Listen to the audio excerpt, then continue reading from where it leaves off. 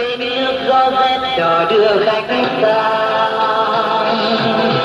Lao xanh bên sông màu trong áo trắng, đêm nay không gian chìm trong giá tàn. Con đò sáng ngời như lúc vắng bóng người chinh chiến xưa.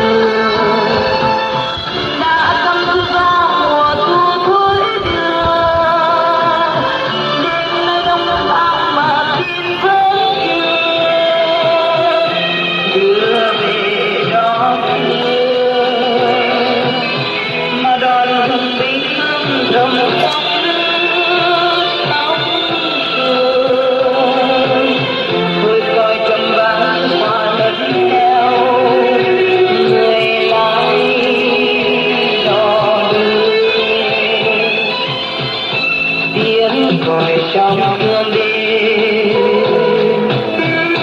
tiếng còi trong hương đêm theo gió đưa buồn, nghe đi oán thương. Tôi toán quân đi rồi, tôi toán quân đi rồi, họ đi rồi.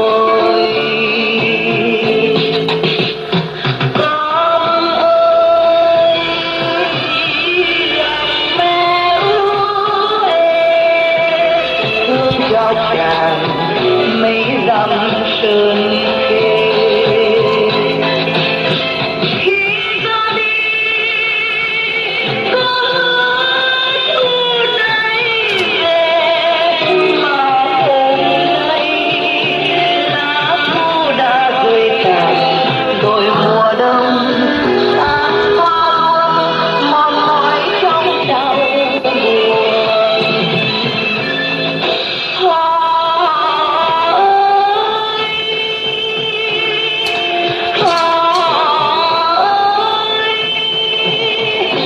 Tiếng còi trong hương đêm,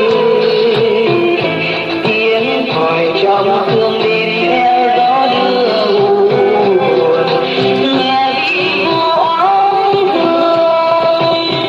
Thôi khóc đi đau lòng tâm áng thơ lòng an lòng.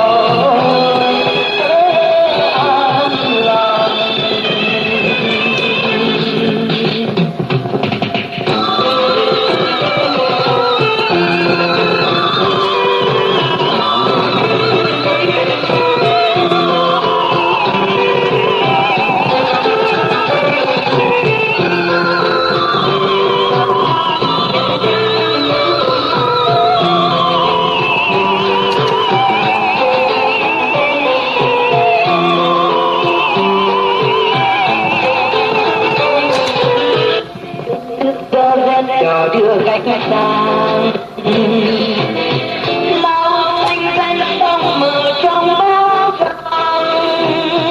Đêm nay không gian chìm trong giá vàng, con đò sáng ngời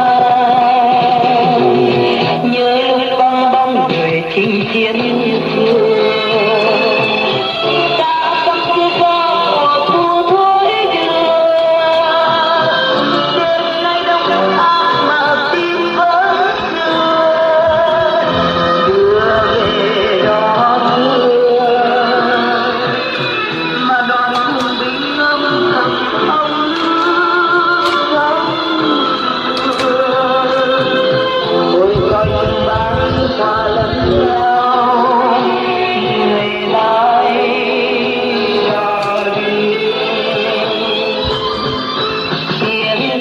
Trong hương đêm, tiếng còi trong hương đêm theo gió đưa buồn, nghe đi oán thương. Tôi toán quân đi rồi, tôi toán quân đi rồi, họ đi rồi.